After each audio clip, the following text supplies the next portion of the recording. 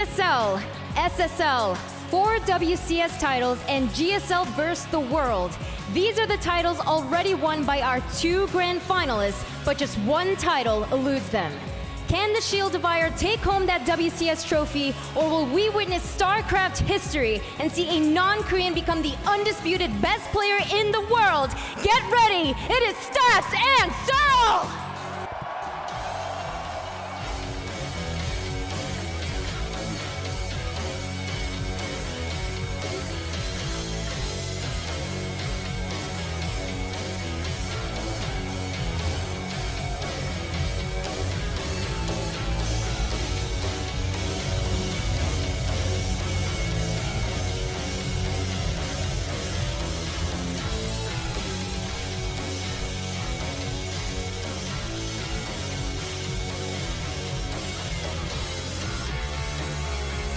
We are finally here in the grand finals, a rematch of GSL versus the World, Stats versus Serral. And you say we are finally here. I think you're talking about BlizzCon, about 2018, but really you're also talking about 20 years of Korean domination of the Starcraft franchise. This is truly the first time we may have the best player in the world as a non-Korean. You're absolutely right, Artosis. Serral looking so scary. Many are saying he is the favorite here, but it's hard to stay on top for that long. If Serral can't make it here, it may never be done, Artosis. You are so right about that. He's had a magnificent tournament run here, but the same can be said for Stats. Both have lost just one map apiece. They had the closest finals in years in GSL vs. the World, with Serral barely edging out Stats. Tonight, anything can happen. That's right. This is going to be that rematch of one of the closest StarCraft finals we have ever seen. Now, the Koreans have dominated for 20 years. They have been unstoppable. People thought no one would ever catch up, but one man is here to prove that wrong. Serral has won everything he's touched up until now. We're here to see if he can actually pull this off. A lot of pressure right now on Stats. Kind of a weird situation to have this reversal. The Korean under so much pressure to not lose here. We've never seen anything like this in esports. I don't care what game you play. No, this is really the esports moment of the year. If you disagree, you're not educated. Serral ready to take home that championship. This is gonna be good. We now go into Game 1 of the StarCraft World Championship Series Global Finals.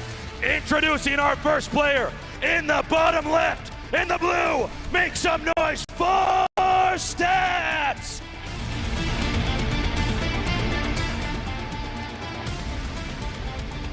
And his opponent in the upper right, the non-Korean cope, he is Serral!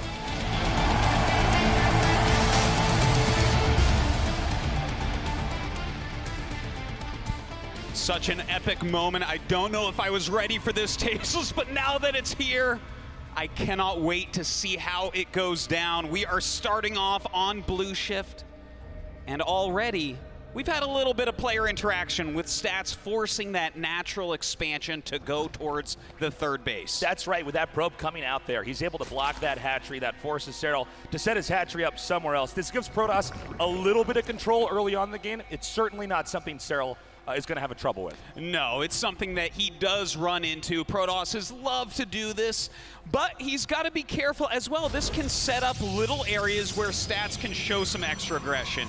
If your creep spread is a little bit slower, maybe his initial adepts can do some damage, maybe can pick off some drones. And at this level, any damage you do early on really can snowball. So let's keep in mind, there's a reason why we don't let these players play one game to decide who's the best. It's a best of 7 because there are so many different strategies in StarCraft. There are so many different ways to play the game. You have to be prepared on every single map in every single situation. Of course, in a series like this, you can farm data from your opponent. You see how they play in Game 1 and Game 2. Maybe you use something new there and incorporate that to try to counter them. So there's going to be a lot of planning here, a lot of mind games throughout this series. Mind games, you say, Tasteless? Well, already Stats has a proxy pylon. It looks like probably a Stargate going to be going down here, and this is not very common from Stats. He likes to be the defender. He likes to absorb your attacks, but Serral is too good to just play textbook against, and he is going for some early aggression. Yeah, Stats is known for being an incredibly conservative player. He actually wants the game to go pretty long. If he can get all the tech he needs, he usually has an answer for everything and anything, but Stats opening up with a little bit of aggression here. Having that Stargate over there allows Oracles, for instance, to get inside the main base and kill workers a little bit more quickly. And look at this, he's already bullying back some scouting lings out on the map. Really nicely done by Stats. He's trying to just keep Serral busy, pick off anything he can, because if that Oracle gets into the main base undefended, it can do massive damage. We see that that Adept is going to be coming up here right now. Now the Queen here is to try to deflect. It acts as a deterrent to keep the Adepts from getting too far forward, but Stats will go ahead and try to shade in here. Now, especially at this level, even if you can get a few drone kills, it can add up to a lot. Oh my gosh, Serral got a Zergling into Stats' base. He's scouting around but doesn't see anything. This should tell him that there's something out on the map. Is he going to be able to defend it in time, though? These Lings are going to come up here now. The Adepts have shaded away, and here comes that Oracle. Now, this is really what we want to watch for. How many kills can this Oracle get? Yeah, it is very important right now. This is where the big damage can be done. Instantly pulls his drone. Serral trying to evacuate this area, losing just one drone so far. A second one, a third one goes down, and Stats continues his harassment. Okay, this is an incredible amount of damage. It looks like he will actually get 6 before the Oracle has to run away, and it will not be killed off. Meanwhile, a counterattack down here by Serral trying to break through. In fact, it's not properly walled up. The Lynx do slip through. Yeah, he does have a little bit of a flank. Looks like he might pick that off, and in fact, he does. Surrounds that Adept once again. Stats trying to get a full wall. He does, but there are 4 Lings in his base. The probes have been pulled. They're going to have to be used to try to take out these Zerglings as this wall-in is going to continue to be set up. There are more Lings on the way, however, and Stats is scrambling to try to get some proper defense. Oh my gosh, that pylon might go down with more Speedlings coming down. Serral putting on a huge amount of pressure, and here he goes. He's breached the main base. He's going to be going in here for some probe kills. He needs to try to balance out the damage that Stats has already done to him. Oh, it looks like these Oracles might have gotten recalled to deal with these Zerglings. He's going to chase them around. Great micro by Serral, trying to use up as much of the Oracle energy as possible. The Lings now hitting the pylon. The wall will be breached once again. Another pylon goes down to try to sandbag the attack. The Oracle, meanwhile, is going to clean up the rest of the Zerglings inside of the main. Wow, Serral has really made something happen here after taking that devastating attack from the Oracle, keeping them busy right now, scouting out everything Stats is doing, breaking his wall multiple times. Some beautiful play from our Finnish Zerg. And from here on out, these Lings are going to be used more to try to spot and see what else is being built here in the main. There's not going to be too much more damage here. Behind this, though, Stats is getting 3 more gateways. He's getting a Templar Archives, and he's upgrading Zealot legs. We have a Warp Prism coming out here as well. He can use that to start to try to harass the Zerg and control him a little bit. Yeah, this is a very common play, but he's adding some more gateways as well. It will be some Archon drop aggression along with some charged Zealots. If Serral does not defend against this perfectly, it could really set him behind. Now these 2 Oracles are going to come in here, try to get a few more kills. You can one-shot drones with 2 Oracles, although it looks like the targeting was a little bit off sync there for Stats. And so he doesn't get the same drone kills he was probably hoping to get.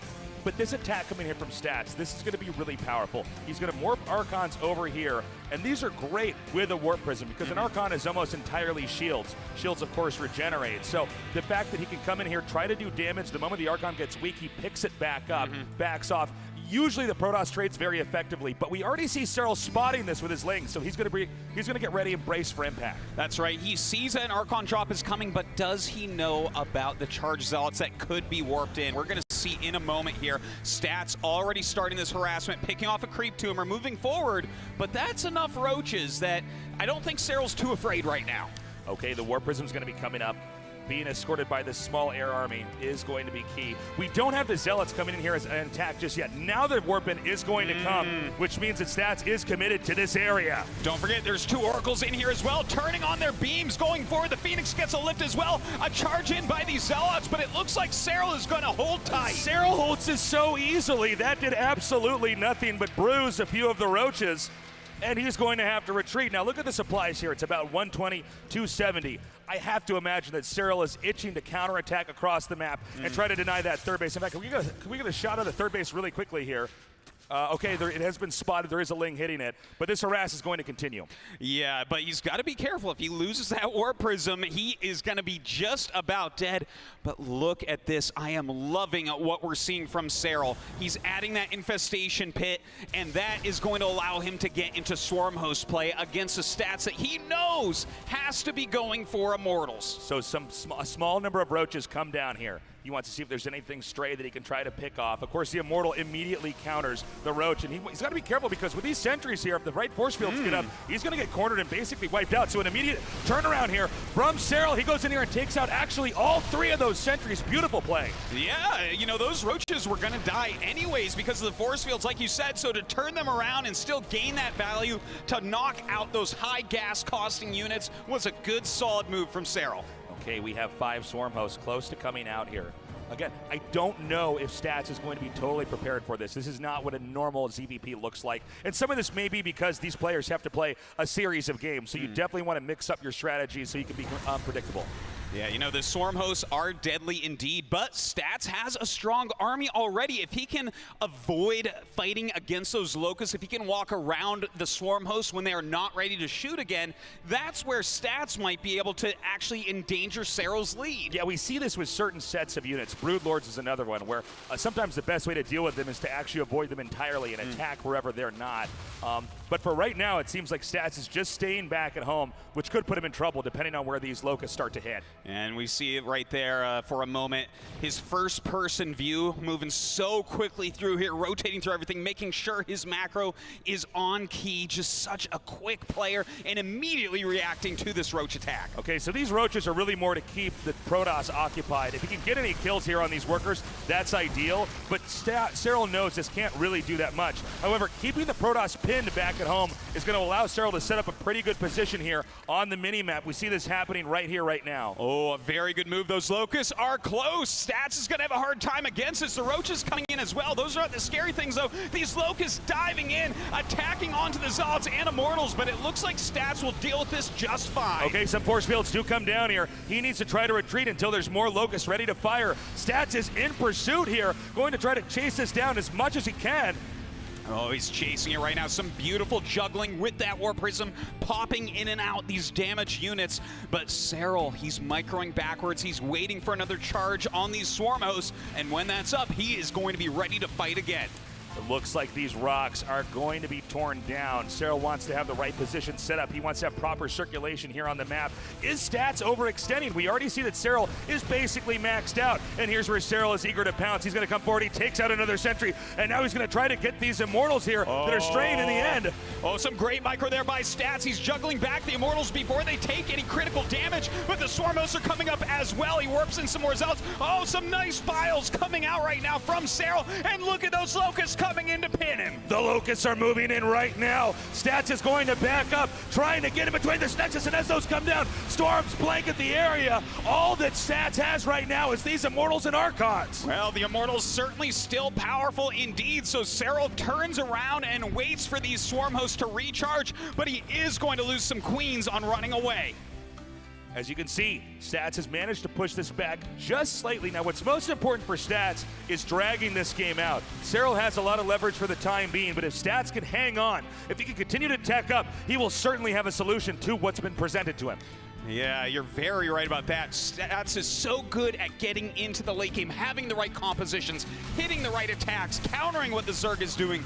But Serral's mixing up once again, getting some Baneling speed to go with this. That's going to be really interesting when that finishes. Okay, we see the Roaches once again pursuing. Remember, the Warp Prism can only pick up so much, and a beautiful surround. These Immortals are so precious right now for Stats. It's the only real answer he has for all of these Roaches. Oh, and he loses a lot of them. The Archon falling there as well. Only a few left. Two more do pop out. Some high templars coming down. He needs those Storms, and he does have them.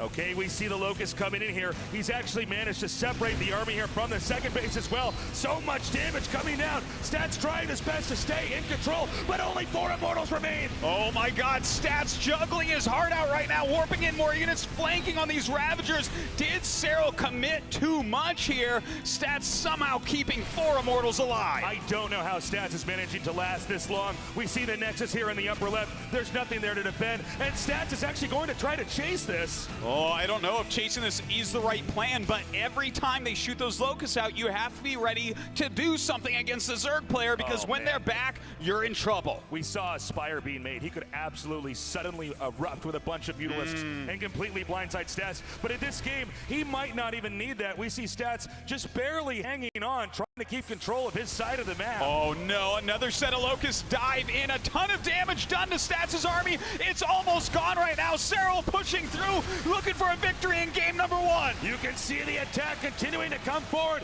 He's banging at the gates of Stats' second base. There is so much over here. The core goes down. Oh, he breaks through there, but really we need a lot more units from Stats if he is to hold on. Some great side storms going out, but GG! Serral takes game number 1. It's happening. Just fantastic play here out of Serral. I can't believe this. So impressive. Game number 1, we saw a very interesting time and attack with those swarm hosts. Stats was defending pretty well, but ultimately the trading was too efficient there. I mean, the Locusts are of course free. The Immortals and Archons are very strong, but if you're not able to get to those Locusts and deny them, and you're unable to do some kind of counterattack where the Locusts can't be utilized in defense, you're going to be in trouble. Brilliantly done. It really was, and what a great counter after the early damage that Stats achieved to get in there with the first Oracle and get 6 kills at a time where you normally get 2. That was fantastic, but the Ling counterattack from Serral, you know, the fact that he held off that charge lot warping in his main base as well, it all just paved his path for this Swarm Host play, and he just did it so efficiently. I'm very curious to see now what Stats is going to do in game number 2. He did open with that proxy Oracle. It wasn't too impactful, but a lot of times looking at how a game starts out can give us a good idea of, you know, what they will be planning in the next few games. Of course, I don't think Serral is going to be doing that strategy, by the way, several more times in the series. He may pull it out again. We did see TY try the same strategy 3 times in a best of 5, which is very unorthodox. Anyways, we're now going into game 2. Let's get hype. Let's make some noise. Stats versus Serral is underway.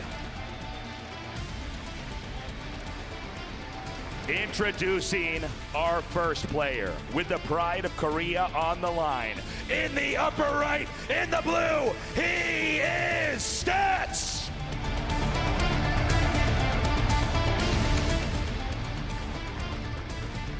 In the bottom left, in the red, the non-Korean hope, he is Serral!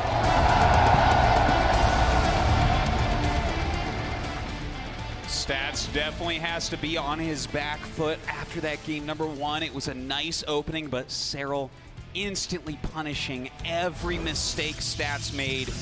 But you know what? If there is a Protoss on the planet Earth that can come back from that stronger in game number 2, it has to be this man, the ultimate defensive Protoss. Okay, similar to game number 1, we saw that the probe was sent out to try to interfere with the hatchery being planted at the second base. So the hatchery is going to be put in what would normally be the third base location.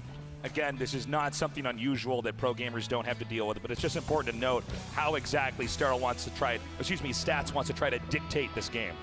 And I wonder if he's going to try anything like that previous game. You know, he hid that Stargate out there. That's kind of a strategy you might use once or twice maximum in a best of 7, because your opponent is going to be really on the lookout for it due to the high damage output it has. But the fact that he used it in game 1, it got its damage, he still lost.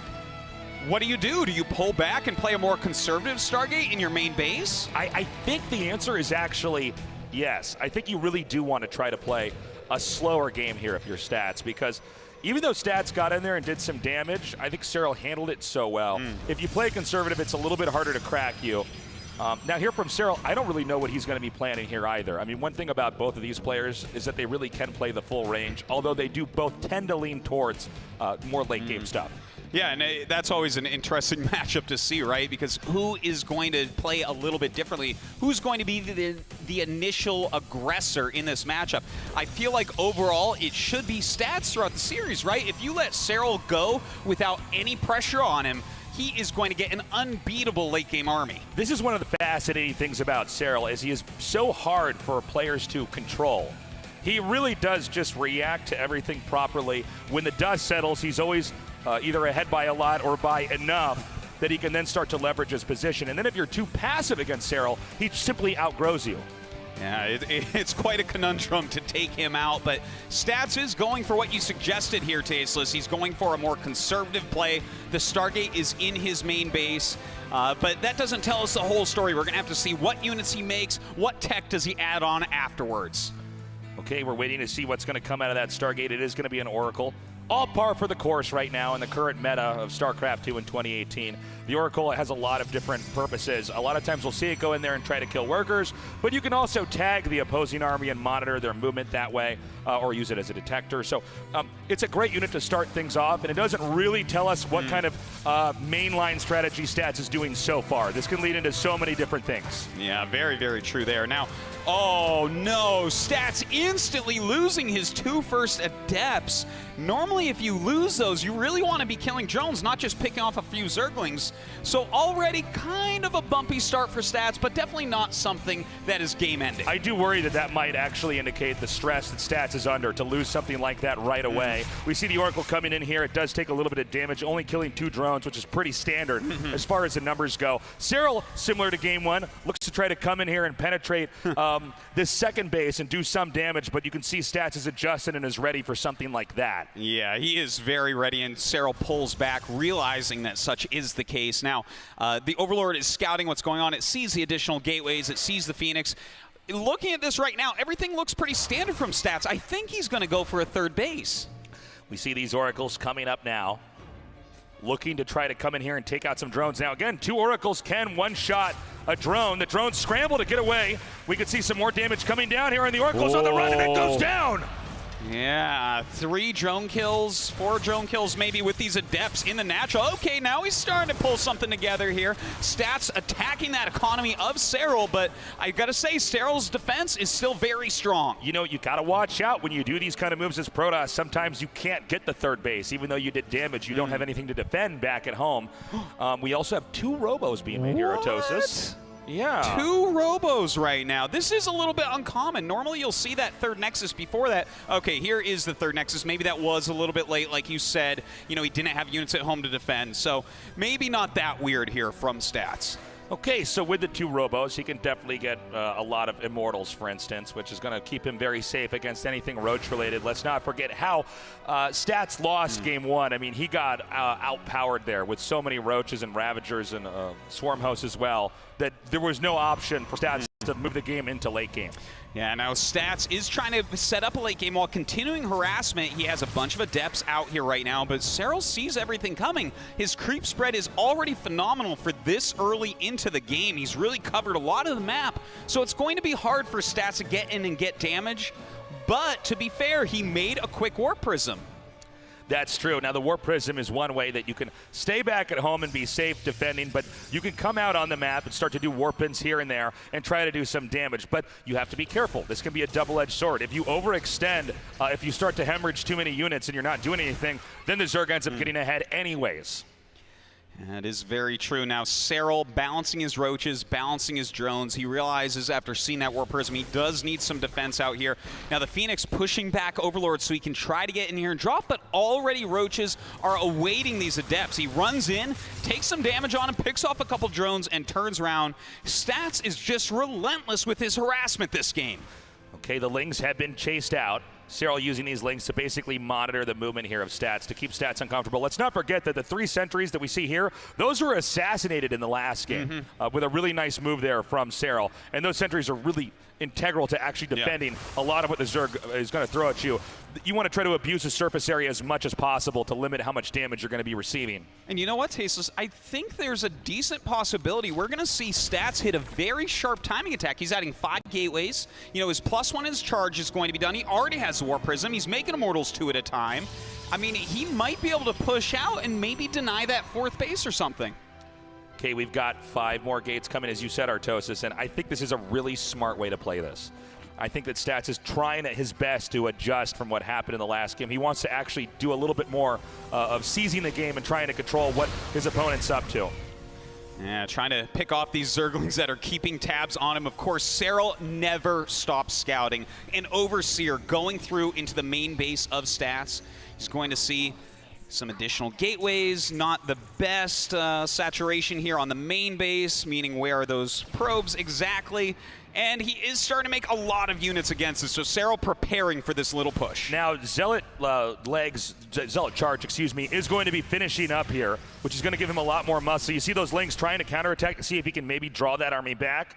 And Stats is going to come back here. It's, of course, not clear for Stats. And, you know, StarCraft is a game of incomplete information. You don't always know what's out on the map. So he is afraid of a much larger counterattack. But actually, Serral has pretty much the bare minimum out on the map. Yeah. So really all Serral has to do is be ready for this huge attack. And it's going to be pretty tough, even for Serral, to try to hold this when this does come, because he's getting so many Immortals, he's getting Storm, he's going to have a very solid army, and this is really where Stats begins to shine. If you give him all the units, all the tech, all the upgrades, there's almost nobody better than him as Protoss. Well, it seems like right now he's just sharking around the map. You know, he's got his units out. It's keeping some pressure on Serral, but Serral's realizing, okay, this attack is actually not coming right now. He's setting up his own attack. We see Serral's first-person view here. He's getting some drop overlords into position, coming over here, checking on a 4th. No 4th yet. Is going to deny it for the time being, but this is where we get to see how good is Stats' defense on multiple fronts, because there is going to be attacks going after the 3rd and the main. Yeah, it looks like Serral's going to be the first one to truly initiate. This is more of an old school style of playing, doing the mass overlord drops. We saw this a lot in StarCraft 1. Coming here into StarCraft 2, he's going to try to come in, and I don't know if there's actually that much to defend. We see Serral unloading all these gateways, and pylons are exposed. Yeah, it looks like he's going to be able to pick off at least a couple of these pylons. Units from Stats coming up into this main base, but look at that. Serral going to load up and get out before losing anything. Okay, that was a great play. A little bit of damage done. Serral didn't really lose anything. You can see he's looking. He's trying to see if there's an imbalance in the defense somewhere. Is there a crack where he can slip through and start to do more damage? That's right, and I got to tell you, Stats is defending quite well. Yeah, he's losing a couple buildings here and there, but Serral hits that 3rd like expected after the drop, and Stats is ready for him. But now the next phase of the game, something that Serral really excels at, that's lurker play. Lurker play is going to be very interesting from Serral. It can be used, of course, to defend, but also if you try to get a good position on the map, maybe at one of their expansions and burrow that, you're going to do so much damage. But first, Stats has to figure out how to get out on the map. Even though this army coming out is pretty scary, this is going to trigger the drop from Serral that's going to go in the main. We're seeing that happen right now. Oh, but look at this. He's got plenty of units here right now, I would say. A lot of Stalkers, Zealots being warped in as well. Serral deciding to fight. It's a bigger drop than the first time. Maybe Stats has overestimated his defense. Serral pushing him back down his ramp. If he can get those gateways, he's going to stop the production, but Stats is not turning around. 2 great storms damaging the bulk of what Serral has to defend. That is a really scary push coming out of Stats, but this drop into his main base is going to unpower more gateways. This is a big problem for Stats. How is he going to hold on? We see the push continuing to come forward. I don't know if Serral has an answer for all of these Immortals. This expansion is going to go down. Meanwhile, Stats' main is in shambles. Oh, great Psy Storms coming out, but still a few units remain. His gateway's mostly unpowered. Serral coming with a huge arc right now, trying to get in here, but the Psy Storms of Stats, the Immortal count of Stats are so strong. Keep in mind, there is no War Prism with this army, so what you see is what you get. Serral continuing to surround the few remaining Immortals. Drones now being pulled as well. The drones mean that this is serious. Serral knows he must hold right here, right now. Another great storm, but only 3 Immortals left over, and it looks like Serral will hold. The last parts of the army have been destroyed, and back inside the main, there is nothing for Stats. GG! Serral, a non-Korean pro gamer, right now leads against the best Protoss in the world, 2-0 in the WCS Global Finals Championship match. It is looking more and more like Serral may be taking the throne of Starcraft away from the nation of South Korea. An amazing display of skill in both games, 1 and 2. Stats himself playing very, very well. Of course, a lot of pressure on both sides, but it just feels like our Finnish player cannot be shaken. Stats is playing a really solid opening here. Unfortunately, Serral just seems to have an answer. Stats was trying to tech up, he was trying to develop, but Serral had already set up a very intelligent attack. He did that drop in the main, he did a little bit of damage. Stats, hemming and hawing, decided to pull the trigger. He decided to push towards the south with an army that is very, very difficult to stop. As that happened, the drop came in. The infrastructure was destroyed for Stats. Stats' army is still scary, managed to push through, actually destroying one of Serral's expansions, but ultimately Serral pulled everything that he had and crushed that attack, and here we are going into game number 3. You know, the very small things that Serral does add up to very big victories. Just loading even more units into those Overlord. Stats unready for that drop and being taken out. It's time for game number 3. Can Serral go up 3-0, or will Stats finally put a win on the board? Yeah, Stats really needs to turn this around. It's so hard to have a reverse sweep in a best of 7. We just almost never see it in StarCraft 2. All right, game 3 has loaded up. In the upper left, representing the Hermit Kingdom, he is Stats!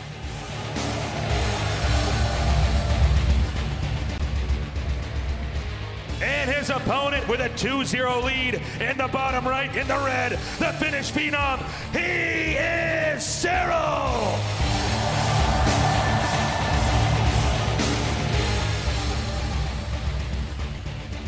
The crowd here at BlizzCon is hype, as it should be. Just a crazy amount of history being made at this event. We see the opening here Same on thing. Dreamcatcher. Yeah, blocking that hatchery, but Serral, he hasn't cared yet. He hasn't really been fazed by this. So, what is Stats going to try to do here? I really liked what he did in game 2. I think the problem is that once Serral started to do some damage, Stats panicked a little bit. And you were talking about this, but we had to jump into game, but I want to go back and talk about this Artosis because it's really important. The first drop that went into the main in game 2, he actually backed it up with even more the second time around. So that screwed with the calculus for Stats on how much he needed to defend. He had an army there with Stalkers ready to try to shoot that down, but it was way more drop Overlords. And that's when the game snowballed because Stats had already gone too far out on the map. He can't really turn around. If he does turn around and save his base, okay, great. Well, then Serral continues to grow and expand and conquer the rest of the map. Yeah. And then Stats is just zoned out of a win. So very tough situation for Stats going into game 3. It just shows the brilliance truly of both players. Even though it went wrong for Stats, he left exactly enough to crush the size of that first drop. And most Zergs, they don't even have the speed or the extra attentional resources to make that drop bigger. But there Serral stands above all other Zergs on Earth, having to beat already the second best and third best Zergs out there, and showing why he is here in the finals. Okay, we have the Stargate going down now. Again, Stats seems to want to open up in a pretty orthodox fashion. He's not really taking any huge risks. It's fairly common to see in a best of 7 1 or 2 all-ins or a cheese, simply because you can rob a win from your opponent. Whatever they plan doesn't matter anymore because you got in there and you did the damage right away. But again, conservative play from both these guys so far. Yeah, well, I kind of feel it. I think that if we do get into those later game situations, it can be a nice, even, long, highly contested game. Whereas Serral just doesn't seem to take damage early on. He's like completely cheese-proof almost. Yeah, it's quite interesting, and it's very subtle too, how well he handles every single engagement. He always has just a little bit more. There's nothing sloppy about anything he's doing. And that's where it's tough because we've already seen a few small errors here from Stats. We saw him lose the Adepts right away. In one game, we saw him lose an Oracle at one point in time. And it seems like you are simply not allowed to do that against Serral, or he gets a little bit ahead and then more ahead, and suddenly you're completely smothered with a Zerg army. Well, that is certainly what we have seen thus far. Now, looking at the game that we're in, some good scouting by the Adept. We haven't seen any Adepts wasted yet. Looks like he's going to pressure a little bit more heavily with 3 this time. Doesn't want to just lose them to Zerglings like the previous game. Okay, The Oracle being made once more here. Now we have 10 Lings. Let's see if he makes any more. Because occasionally, even though you're taking a third base, and one would think that's there to try to expand more and more, sometimes we'll see Zergs pull the trigger and try something crazy. But this time it is going to be more and more drones. He's continuing to develop tech-wise. Tasteless, I don't know how Serral does this, but look, it's double Stargate play coming out of stats here. And what does Serral do? He has an evolution chamber on the way, probably for +1 melee attack for Zerglings, which is a great counter to double Stargate. I feel like he's reading stats like a book this game. Okay, here comes that Oracle. 3 kills, 4 as it goes ahead and backs out. And that was very nicely done there by Stats. That's the kind of attack he wanted to pull off, just getting enough damage done. And so the game will continue on, but Stats needs to keep up that kind of play if he's going to come out on top. And already, before I can finish my sentence, all of these adepts go down. Oh, that is really painful indeed to lose those. He needs to take that additional base, but every unit you lose, especially when you're going mass Phoenixes, makes it harder and harder to secure the third Nexus. And when Serral's doing a build like this, a strategy where he's just going to have masses of Zerglings, the Phoenixes don't fare well against that. Yeah, it's funny, even though the Phoenixes can pick up the Zerglings and kill them, if the Zerglings are high enough in number, I mean, how many Phoenixes are you really going to need to actually take that out? And of course, if Lings are so fast as they move around the map, it's hard to keep track of them. Well, there is an Oracle there to help, so that third Nexus should be going down pretty soon here, and hopefully he can hold on. But Serral, in the meantime, he's working on his drone count, adding a bunch of Queens as well, and looking completely fine this game. Yeah, so far so good. I'm curious to see if Serral's going to try to set up those drops again, do something like that to try to get the Protoss stuffed into the corner of the map, and all of a sudden he's having to react and defend and unable to actually ever get that push out like we saw in game 2.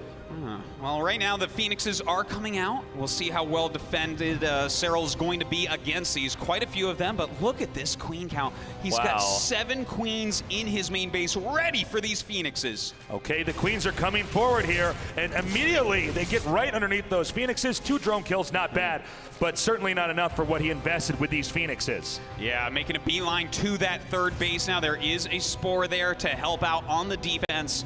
But overall, yeah, 2 Spores even. Serral really has read this beautifully and is defending every edge. Now, when you invest in this many Phoenixes, you're obviously not investing in other stuff that you could have had. So you really need to make that work and make that pay for himself. By the way, this Oracle spots those Banelings. That was a good decision there by Serral to just cancel that. He'll have to come up with something else. And there's the Oracle tagging the Lings to make sure he'll see exactly where they are in case they try to run in there and kill workers later on in the game. Yeah, very sneaky move by Serral, but Stats counters it well with his scouting.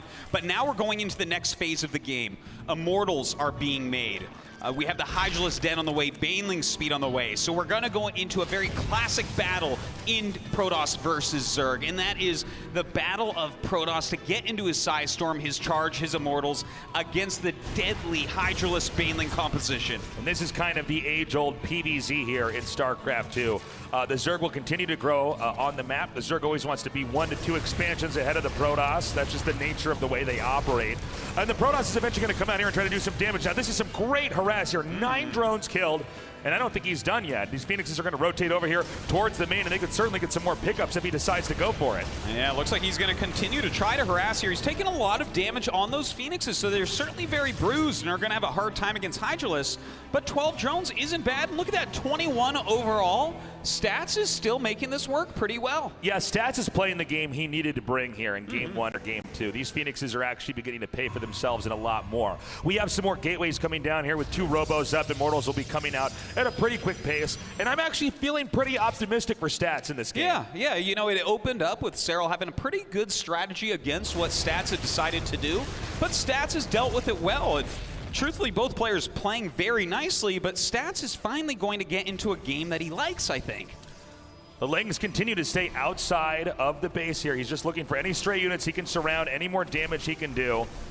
And we'll see the rocks are going to be torn down here as well. We do want to keep in mind, if we could just go big picture here, in the upper right corner of the map, we could end up seeing the gold base be taken here. So we want to watch for that. Occasionally Zergs will take that, and then if they just have that for too long, there's not a lot you can do to stop them because they just outproduce you. Yeah, it's definitely a good point. But, you know, I think what we'll end up seeing this game perhaps is just a very standard game. We do have the creep spread getting all the way up, getting close to the third base of Stats, and a lot of times Swarm Host play can be nice in this type of situation. You kind of launch the Locust over the wall, but with Phoenixes and Storm ready for that, we could also see Serral just go up into his Hive tech. You're absolutely right. We see that Psystorm, by the way, getting close to being finished. That's one of the last big things that Protoss really need in order to combat huge throngs of Zerg units, is just having all that damage come out so immediately. By the way, a Warp Prism is being made here as well, which could tell us that we're going to start seeing, at the bare minimum, a harass, at the most a push. Yeah, that's right. Now, Swarm Hosts are the order of the day here for Serral. He is getting ready to try to abuse the terrain on this map heavily against Stats, but Stats is good against this type of play as well. Oh, Hydralisk getting caught there in a stasis ward for a moment at least. Looks like he does want to put pressure on, but I can't see him breaking through here. And this is pretty common for a Zerg in a fairly passive game like this, is to start to position your army. Whoa, whoa, whoa, whoa, whoa, whoa. Templars now being hit by some of these Banelings. To what I was saying earlier, to get your army just on the edges of their bases, you're waiting to see them leave on one side, and then you come in on the other and try to do damage. When they come back and try to defend, you just run out.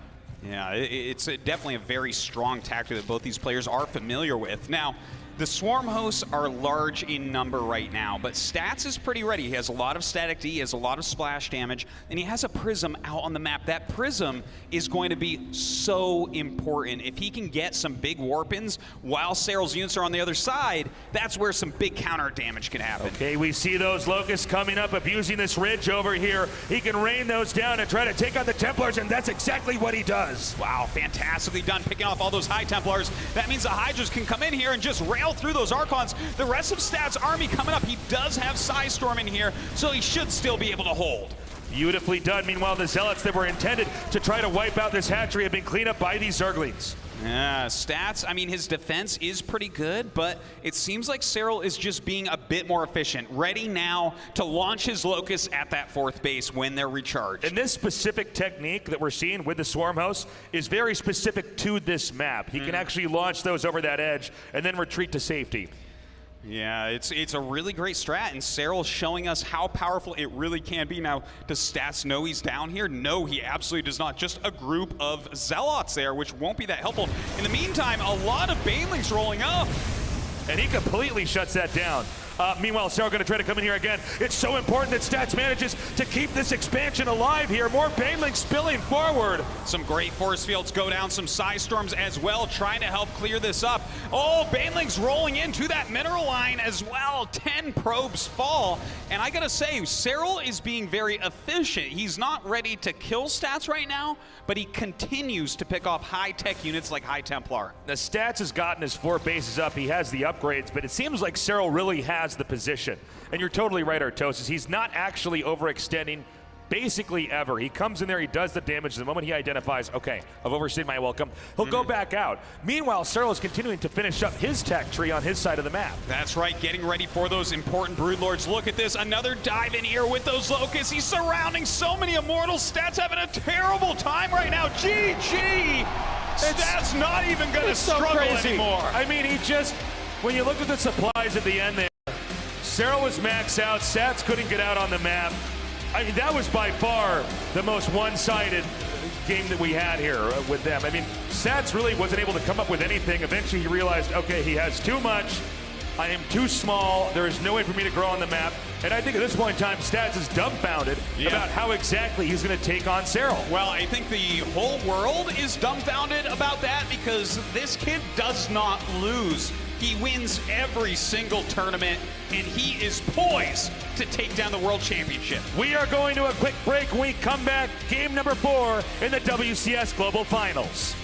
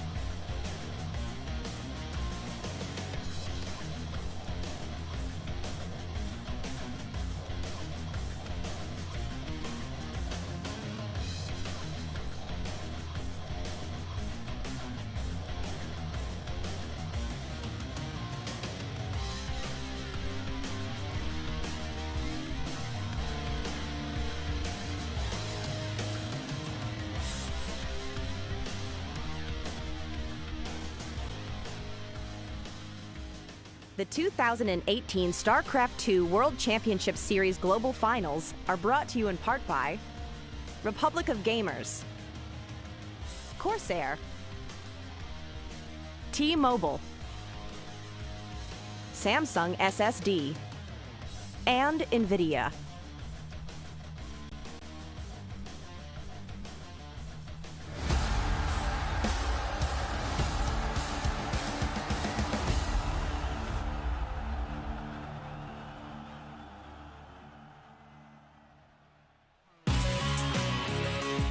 And we are back at the WCS Global Finals. Serral versus Stats. Right now, Serral up with a 3-0 lead. If Serral wins one more game, history is going to be made in a way that we have never seen before in StarCraft, ever. We have the longest, most epic history of the esports, and to have this happening right now in such a dominating fashion is absolutely something that I never expected. Serral, one map win away from winning, and if he wins this next map, he's only lost one game in the entire World Championship tournament against the very best of the best. And we must conclude that he is by far the best StarCraft 2 player in the world. If he can actually 4-0 Stats, the one Korean who's managed to get this far to survive, he's representing every Korean gamer ever. Esports started in South Korea, Artosis. They have been dominant, not just in StarCraft, but plenty of other games. But StarCraft has always been the one they've really killed it at. And Serral is here to change that all here right now. Let's make some noise. Let's get hype. We are going into game number 4. Stats versus Serral. Korea versus Finland.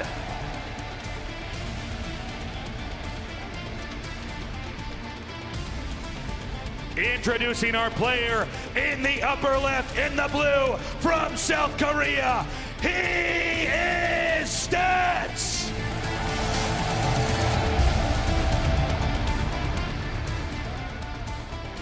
His opponent in the bottom right, the non-Korean hope from Finland. Make some noise for Serral!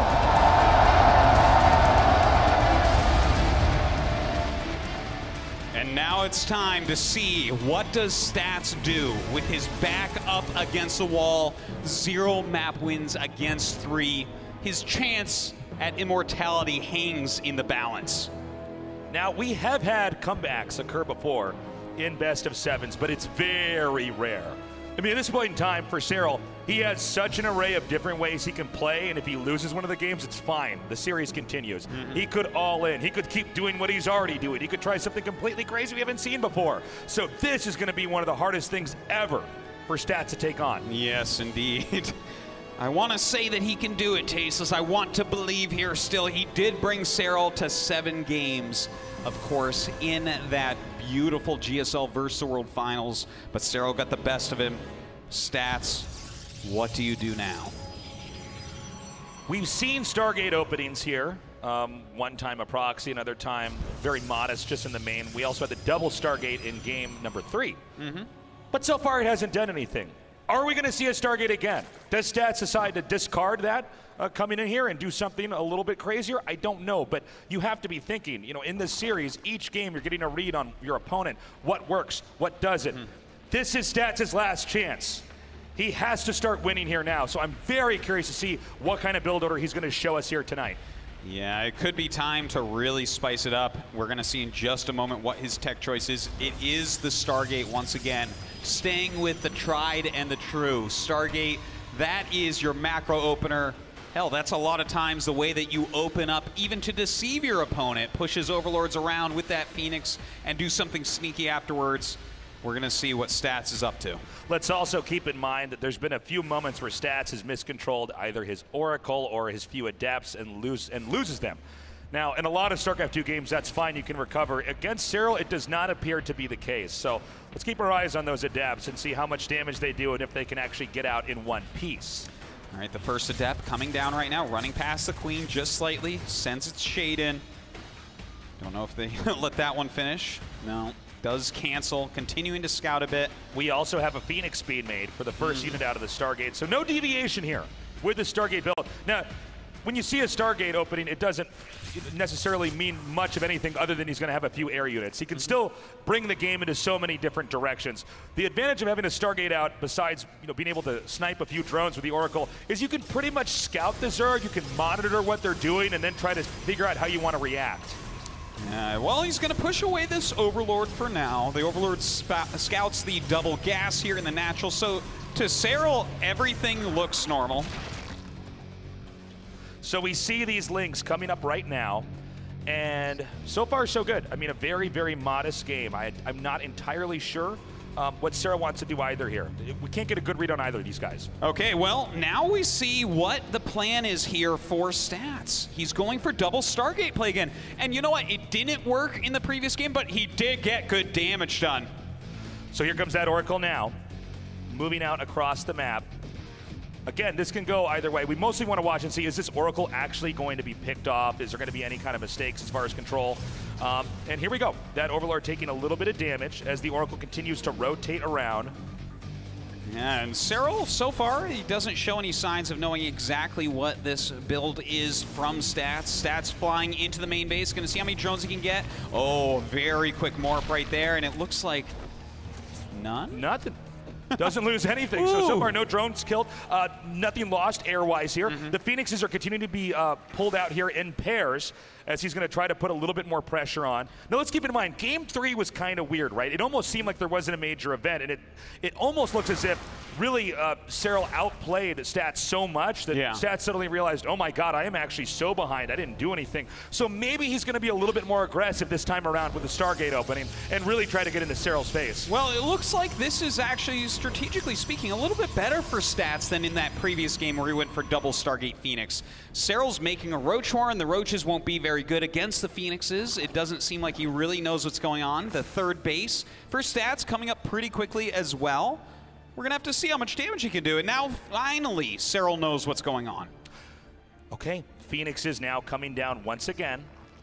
Stats really trying to be cautious. He doesn't want to do anything crazy with these. And we see the double robo here. So Stats so far in this game is really saying he's learned everything that he's made a mistake of this time around, and he's going to have a much cleaner opening. And he's hoping to bring this into that super late game and be able to match Serral, possibly taking him out with a push. Well, it seems like he's probably done with his Phoenix production. Let's see how much damage he can accumulate through flying around to the different bases. Multiple spores going up absolutely everywhere. Serral dogging these Phoenixes with his queens, chasing them around, trying to minimize damage. Okay, the Phoenixes continue to take out a few drones. I gotta say, so far, this is looking pretty good here for Stats. I mean, this is really what we've been waiting on. Again, if Stats loses it here, this is a huge blow to South Korea. South Korea has never not been the most dominant force in StarCraft 1 and StarCraft 2, and Serral is here to change history. All right, change history. He's already done that, I think. Make history, I guess, not changing it. He's not going back in time, you're right. But yeah. Well, right now, these Phoenixes still looking for some damage. Serral, with his good defense, getting up into his Hydralisk play, getting up into those Banelings, as well as taking his fourth. But Stats producing nicely. And so with the fourth base coming here, it's still fairly even. The Phoenixes come in here, nice little snipe on this queen. He might try to get some drones as well, maybe some overlords. And he's staying in between the second and third base because you can see the minerals pointed at the Phoenix. It's easy to go in between those areas and do a little bit of damage. Yeah, and Coca showing us only 4 drones killed so far. So that's a little bit underwhelming for the 2 Stargate Phoenixes, but he is picking off a few other units here and there, not really losing a lot of Phoenixes either. Okay, a few more drones have been taken out. And we're now seeing Stats really develop into, I would say, what is probably the most standard, solid way to play a PvZ. He's going to try to get all that tech up. We see the Templar Archives is finishing. We'll most likely see Storm coming up here. Immortals are going to continue to grow in number. We have Zealot Legs on the way. Meanwhile, Serral, always staying one expansion ahead, is trying to drone up as much as humanly possible, trying to get enough of an economy going that he can match whatever Stats is going to come out here with. Yeah, he's making quite a few Hydras as his upgrades finish as well. Morphing a few Banelings in here. We could see him start putting on some pressure pretty soon, and considering Psystorm is really nowhere near done, it's going to be a little bit tricky. Here he goes with those Banelings into the third base. We see the Banes coming in. 5 probes killed off, and the Oracle cleans up the last one. Now, that's not exactly efficient for that many Banelings to come in to only get those probes, but it's something. Also, with stats flying over this 4th base, we haven't seen any drones mine there, because if they did get there, the Phoenix would just pick them up and kill them. Yeah, but with these Hydras out, he's actually pushing them back, kills off some of these Phoenixes, and he's definitely got enough units now to protect this base. Look at that, instantly droning it up. He's near 80 workers right now, but Stats isn't doing too shabby himself. The one thing I'm afraid about, those swarm hosts coming out of Serral once again. You're totally right, Artosis. It seems like Stats has really struggled to actually have any kind of answer to those swarm hosts, and it's in part because Serral's been so good at positioning them with these guerrilla attacks, sending the Locusts in, and then running back out without really receiving any damage. But I think this time around, if we get a shot in the middle of the map here, I think Stats is actually going to push, and he's going to try to initiate before Serral can set up what he wants to do. Yeah, if you wait for him to start launching those Locusts at you, it's very hard to get the pressure off. Now Stats out here with his entire army. We have his first-person view right now. He is playing for his life here in the World Championships. Moving around, he's going to be able to clear some of this creep, kind of patrolling, looking for any units to pick off. Okay, he's slowly edging in here. He wants to be very cautious. There is a Warp Prism on the move. We don't quite see it because we're in first person here, but there's a Warp Prism going into the main. He wants to warp in an army, cause Serral to try to run back and defend, and then he's going to start attacking these expansions. And great control here with these Phoenixes, taking out those Banelings as well. Yeah, all right, the Banelings do get taken out, but we saw a drop overlord being made. Definitely we're going to see more harassment as well. We have Warpins of Zealots into the main base as Serral tries to attack Stats. Stats is doing some counter harass. Okay, nicely done. He's actually hitting those drones. He's going to set up his 4th base. Let's see if he actually decides to push in here. Oh my God, but here come those Locusts hitting in this angle, and they're going right for that Nexus. Arms coming down here to try to save it, and it looks like he might just barely be able to do it in time. Oh, he does look like he's gonna save that Nexus. All right, in the meantime, he did get 8 drones from all that harassment. Some great multitasking, as we saw there from Stats. And Serral just going to rebuild. He is maxed out. Okay, Stats is on the move here. He's going to try to attack in. The swarm hosts are just to the left of this. If he could actually catch those swarm hosts, that would be huge! Yeah, the Phoenix is getting right up on top of this. It looks like he is going to catch at least a couple of them, but in the meantime, he's got to look out. There is a Baneling drop headed for his mineral lines. Okay, and that's coming in right now. I don't think that Stats sees it. The Banelings are unloading, and so many workers are being killed off. 17 probes. Huge economic damage dealt to Stats there. That one really hurt. You can see now, Serral going to try to come out here with a little bit of an attack. Now, Serral is maxed out, but this is sort of normal. This is how the ebb and flow of the matchup PvZ. Stats has a little bit more time to max out, but from here we should see Serral try to leverage his position, start poking in at different angles, and trying to do some damage. Yeah, he's continuing to make this very fearsome Hydraling Bane army, but Stats hasn't faltered yet. Some great Side Storms going down. Those Banelings rolling through the army, set off all those Immortal Shields, but these Side Storms from Stats are amazing. Those Side Storms so perfect, it seems like Stats may be able to take out this initial expansion. We have the Locusts coming in from behind, but I don't know if Serral can defend. All right, he needs to hit some good Side Storms here still, and down they go. The Locusts jumping in, but Stats dealing massive damage, and GG is called. Stats puts his name on the board. The comeback is happening. He's finally mapped out a game from start to finish where he can punish Serral, but it's a long road ahead. He still has to win 3 more, Artosis. Yeah, and it is a tough uphill climb, but Stats playing his own game there. Some great harassment. He was maneuvering around the map. He was taking control in that mid-game instead of waiting for Serral to assault him with swarm hosts. Really beautifully done, but of course, what does Serral do now? I mean, we saw him use swarm hosts a lot back there. It makes sense because it was working more often than it wasn't working, but there's so many different ways to play a ZVP. Yeah, there are. You know, I think he's going to stay with this kind of reactive style because it has been working so well. Sure, Stats took the most recent game, but if Serral keeps on putting Stats through very tough situations, I feel like in the next 3 games, he's likely to falter. all of these games have been pretty textbook as well. It's interesting because we see cheeses very often, at least one or two, in a best of 5, in a best of 7. Let's see what happens now. We're going into game 5 here. Right now, Stats versus Serral. Right now, Serral with a 3-1 lead.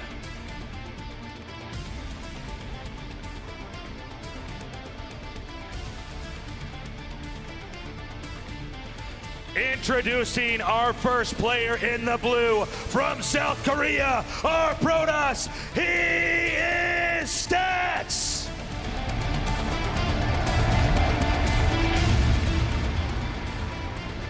And his opponent, one win away from being the WCS Global Champion from Finland, Arsberg. Make some noise for Serral.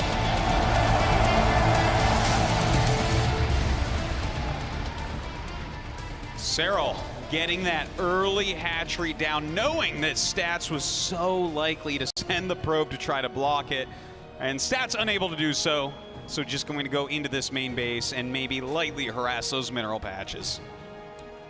So we have that. We have another game here where I don't know where it's going to go, but I'm really wondering about some kind of all-in here. It just seems like if you're the Zerg and you're up this much and you just need one more game, you could absolutely take a risk, and if it doesn't work, you still have wiggle room to try other stuff. Yeah, it is true, but momentum is a real thing in StarCraft. What if Stats blocks your all-in here? What if suddenly he regains the confidence that you stole from him in those first 3 games? Things could get out of control. We see the wall-in beginning to get set up here. Nothing out of the ordinary so far. We'll have a much better idea of what the Protoss is going to do when the Cybernetics core finishes. That's where you start to have a branch in what kind of build order you can go for. Well, every game so far, it has been Stargate. Are we going to see that again? It seems like his most successful games have been these 2 Stargate Phoenix games. He's done fantastically with that, but like you've been saying, you know, maybe Serral will all in. Maybe he'll look at this and say, oh, Stats thinks he can beat me with that multiple times. Let's try something crazy against it. It's interesting because the game that we just saw Stats win, I mean, he was not wavering. He basically said, no, I got it. I figured out what Serral's doing. I'm going to do the same thing I was trying before, and I'm going to make it work. And it did work. So there's also the chance that Stats simply says, I have one blueprint. I have one way of doing this, and I'm going to do it no matter what. And that's not the case now because this build is now deviating. This is what we were waiting for, to see what kind of tech was going to come down here. Well, that is definitely a big deal. We are getting out of Stargate territory and into the Twilight.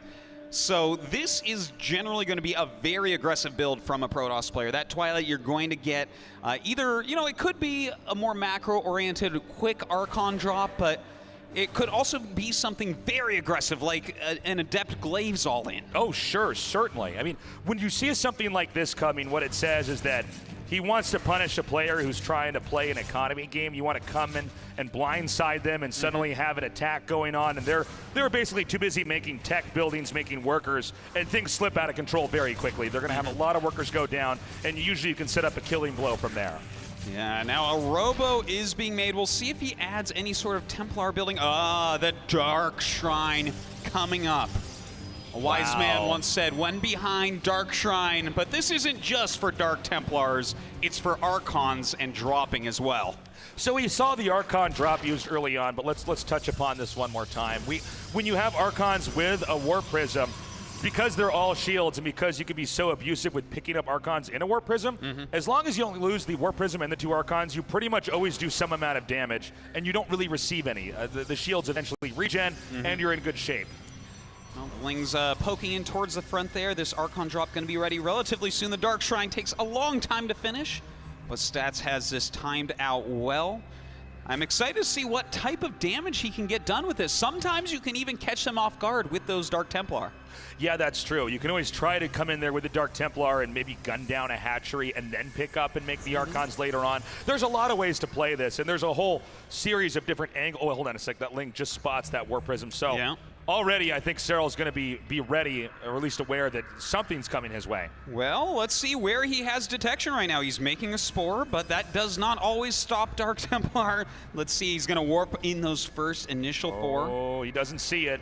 You're totally right, though, Artosis. Sometimes you'll see them just click on the spore and kill it, and then the Dark Templars are back to being invisible, and that's what we're going to see right here as he is hitting that spore right now. In fact, units come up to fight them, and the Dark Templar turn around bravely and assault the Queens and Lings, chasing them back. It looks like he will not get that hatchery kill, but will start his harassment. Yeah, he saw that Overseer was being made over there and decided instead he's going to try to do as much damage as he can before the Overseer gets over here. And as that Overseer is there, he's going to pick up, relocate, and then begin the Archon harass. That was really nicely done. Great micro overall. Look at how much damage he's already done with these 4 Dark Templars. And now that they're turning into Archons, the harassment is not going to stop. So from here, Serral needs to continue to deflect and defend as he tries to grow and develop. Stats is getting his 3rd base. There's not really any easy way for Serral to try to attack that with these Archons coming in here like this. And look at that, those Archons picking off a few roaches here and there, going to the main base now, chasing this Queen back. Stats on a rampage right now with this War Prism. Okay, so far so good. Doing some good damage here. That Archon getting very low, almost loses it. He does pick that up. He may try to relocate over to where the 3rd base is for Serral. Yeah, he's flying around. He's got to let the shields come back a little bit as well. Like you said, you know, the Archons can take a beating, but they will regenerate quickly. Drops off at this 3rd base here, and it looks like he's not ready, but a great transfusion to save that Queen. Yeah, one problem right now for Stats is that one of these Archons lost all the shields and the other has a decent amount, so he's got to be careful. If he loses that, it's really bad. We see Serral already completely and totally prepared. Stats is trying to dodge the volleys from the roaches by picking them up as the animation is happening, but this is pretty tricky. I mean, he hasn't really done that much. Stats hasn't. No, you know, he's gotten some damage here and there, but certainly Serral is not crippled by any means. He's still producing well. He's getting up into his Swarmhost tech, but Stats continues to keep that pressure on. Serral looking to finish off this series as he's played it out so far with those Swarmhosts. That's right. He does not want to deviate. He says if it's not, you know, if it's not broken, you don't need to fix it. So he'll come in here and try that once more. Again, though, his Stats seem to have adapted very well in Game 4. Like, he was not phased at all and basically swatted down everything that Serral threw at him and then closed it out with a push. Well, here's the question, though. Does he know about these Swarmhosts that are in the way? I would say no, he doesn't. All of his vision really has been through this drop. He hasn't seen that infestation pit. It was very well placed by Serral. So if he doesn't know about that, will he move out? Well, he answers me right there with a move out. So he's coming out. Now, it's much better to have Swarmhosts when you're trying to attack their opponent's base and harass them. They're not exactly ideal for defense because you can always run away and then just hit from a different angle.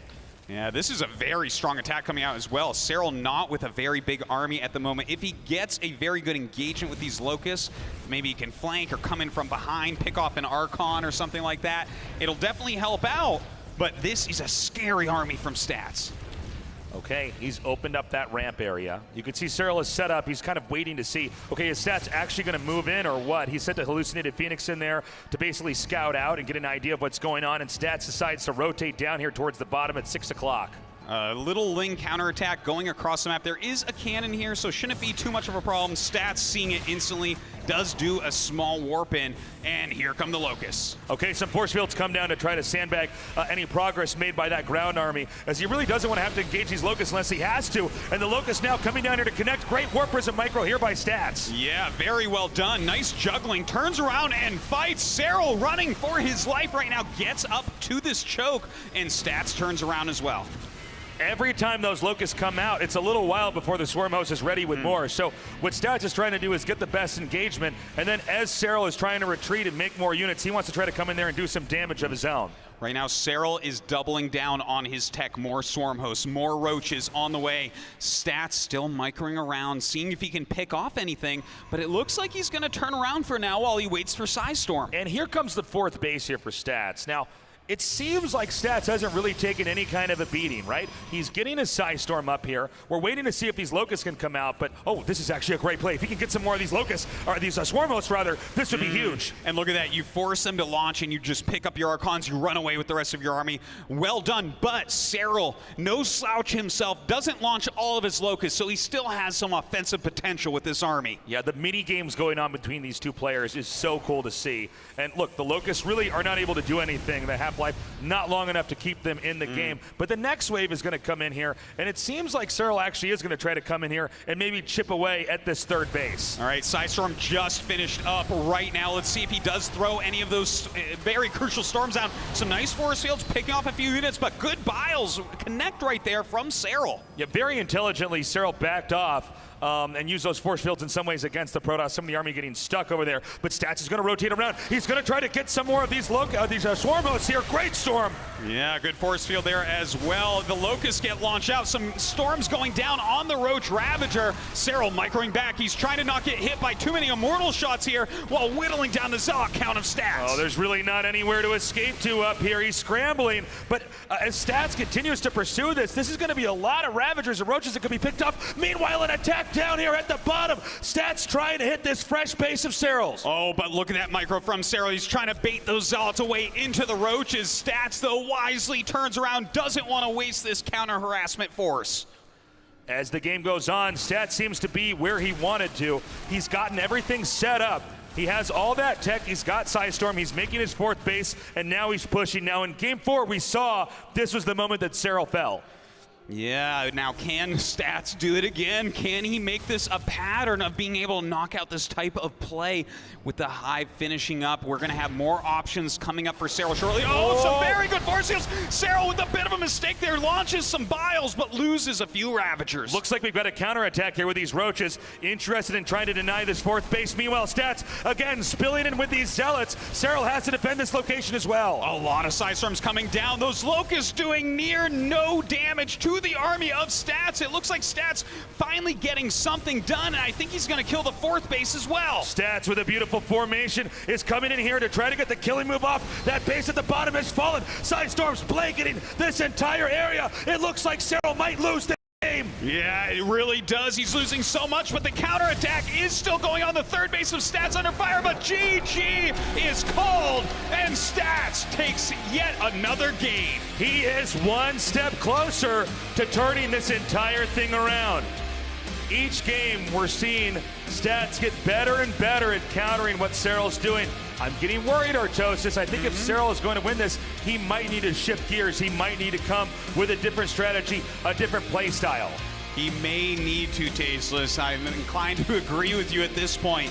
Stats is reading these situations better and better. This is the beauty of a best of 7 in StarCraft 2.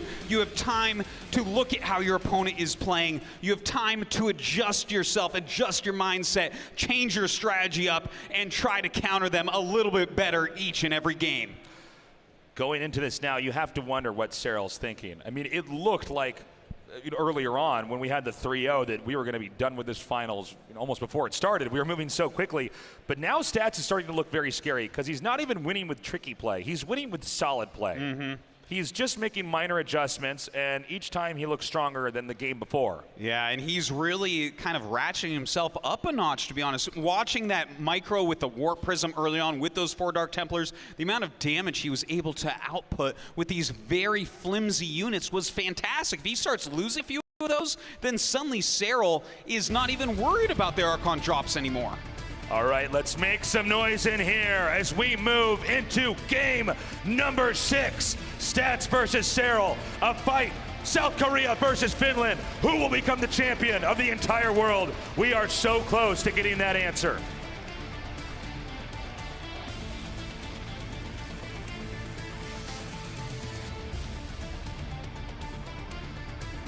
Introducing our first player from South Korea. In the bottom right, our Protoss. He is Stats.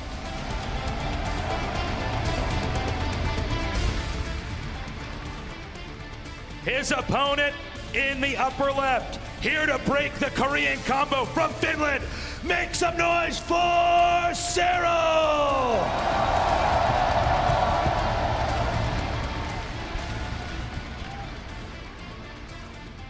Once again, everything on the line. Score is 3-2. Serral on match point for the rest of this series.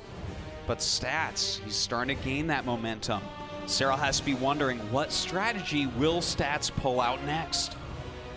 I am so curious because the fact that Serral each game is so similar to the one before, and that's unusual, especially for a finals, the two StarCraft 2 pros, but they both seem to be committed that they really do have the best way of approaching this matchup, and there's no need for tricks. There's no need for deception. You just go in and you do it better. You want to be faster, you want to produce more, and cover all your bases, cover all your loose ends, come out with a win. Well, as smart as that sounds, I kind of want to see some tricks and deception coming up here from one of these guys. You know, they're finding out so much about each other, but this nonstop brute force battle of them barely bending out of their styles, just showing off how strong they are. It might behoove one of them to do something sneaky to try to pick up a quick victory. Yeah, I mean, if Stats wins here, it's actually tied up. We're going to go to the final game, which would be crazy, and Stats might actually have a reverse sweep, which, again, we cast a lot of StarCraft guys. You just never have that happen. It is a rare thing indeed, no question about that. And if Stats does that, I mean, he is going to be a hero back home in South Korea. But first, we have to see what's he going to do, a Stargate. So this is a rematch of GSL versus the World, where Serral actually managed to win this series 4-3. And when that happened, the #1 thing trending on the news in South Korea, if you search for it, it was on Naver, which is like Korean Google basically, was that a Korean lost to a non-Korean. And all the Koreans on the message boards were saying, all right, we need to step up our game. This is unacceptable. Now, we're having this happen again here. There's just so much pressure really for Stats. It's hard to find any country that's as good at anything as Korea is at StarCraft. Yeah, I would argue that it just does not exist. Their reign of domination has been thorough. Never expected this day to come, but happy that it's here where Serral really can challenge for that #1 spot. And look, already a very nice scout. He gets those 2 lings in, scouts exactly what's going on. In the meantime, a single adept in the base of Serral. So far, everything pretty ordinary. We have that Phoenix coming out with an Oracle behind it. We see Serral setting up that third base. Again, guys, nothing looks really cheesy. Nothing seems to be deceptive. They just want to play straight up standard StarCraft. Yeah, now what is the next tech step here for Stats? With the Zerg player, you are normally the reactive player. You're kind of sitting back, trying to figure out what your opponent is doing and absorbing that so that you can grow larger and larger on the map, quite literally, and take them out in the later game.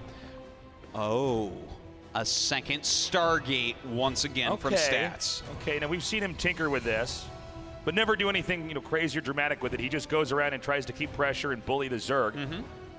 The games that we've seen Stats win, he pretty much has Psystorm, Immortals. He has all the bases basically covered. He's deflected the Baneling drops or the Ling counter attacks. And then he pushes, and he just has the right surface area where nothing the Zerg can do is going to work. So there is the opportunity here. You can do this in pretty much all the matchups to try to really do a very precise attack right in the mid-game and interrupt that moment, basically stopping the game from getting where it would be. Yeah, indeed. Now, it is important to note that Serral spent money to get Overlord speed rather early on, so he's going to get a solid scout of these Stargates before Stats is ready for him to know. That's really going to help Serral in properly countering this build order and properly countering this strategy and not losing many drones. Exactly. I mean, in a game like StarCraft, you need to see, if you can find out what your opponent's doing, a lot of times you can counter it. This is what makes this game different from so many other strategy games historically, is it is incomplete information. You can hide stuff, and a lot of times you can even trick your opponent. You can give them a red herring. StarCraft is also a game about lying and deception. Well, he's running his Phoenixes away, but finally the Overlord does spot them. Serral now knows what's going on. And I gotta say, Tasteless, you say it's a game of incomplete information. It always has been, but sometimes it feels like when I'm watching Serral that he has complete information. And he reacts so well. Look at this, additional spores going up, extra queens being made. He's really getting ready for these Phoenixes. Okay, here come those Phoenixes now, and I don't think they're really gonna do the damage that Stats is looking for. If the queens are already here to basically deflect this. Yeah, the Phoenixes flying around, they see those queens. You're not going to fly into that, that's for sure. Flying across, going towards the third base. We'll see if anything's there. In the meantime, of course, getting up into his double robo. Okay, that double robo coming up here, and now the Phoenixes have come in. They do not get that one queen, or the one overlord, excuse me, over there. He's going to try to fly into the main instead, see if he can't pick off any drones. Serral is serious about his defense here. Look at that, 3 spores and a queen in the main base. Still picks off some drones. I mean, if you have this many Phoenixes, you're always going to get some damage, but you don't want to lose them too early. It's interesting because when you see a player invest in these Phoenixes, they really do have to do some damage. You can't invest in it and then nothing happens. So each of these drone kills is so important. And so far, so good. That's what he was looking for. But behind this, Stats is going to get more and more immortals so he can actually combat a Zerg ground army. Yeah, and that is what Serral's building up to right now. He has the Baneling Nest on the way. He has the Hydralisk Den on the way. That's what Stats expects to see. That's what he expects to play against. He just needs to slow Serral down enough that he has his Psystorm ready, he has his Immortals, his Charge, his Gateways, his economy all together. A few Lings coming in here. Again, we saw in the earlier games he attempted to snipe those sentries, but we're not having anything like that right now. And really what Stats is doing, he's beginning to pay off those Phoenixes. He's getting the drones, he's getting the kills. I'm really liking this game for Stats. Yeah, he's only a few workers behind right now. Look at that, 15 drones already killed off, a couple Overlords as well. But Serral's getting into a nice unit composition, and he's getting ready for his Deadly Swarm Host play again. Okay, another big kill there. These Phoenixes, it seems like Serral's really struggling with just the position that they're in. You have to have your queen split up correctly. And because there's so many Phoenixes, one of them can tank some damage while the rest will end up taking out these workers. Yeah, he keeps harassing those gas workers as well, very importantly. Now, he saw that there was an infestation pit, but it is not for swarm hosts. Serral is rushing up the tech tree right now. It looks like he's going to go for Broodlords. And this is the deviation that we were wondering about. He couldn't possibly go for swarm hosts every single game. And I'm curious to see if Stats is actually going to be ready for this and how exactly he will respond. Well, he just scouted that hive, and the hive isn't very far along, so that's a very important moment here for Stats. He has to decide now, do I try to kill Serral before he gets into Broodlord play? Or does he back up? Does he get carriers or Tempests to deal with that in a longer game? The Phoenix is coming in again. He might try to clip off a few more drones. And I got to say, man, this is really becoming a lot of worker kills. This is way more than we had in previous games, and that's pretty scary. So 22 drones total have been killed off.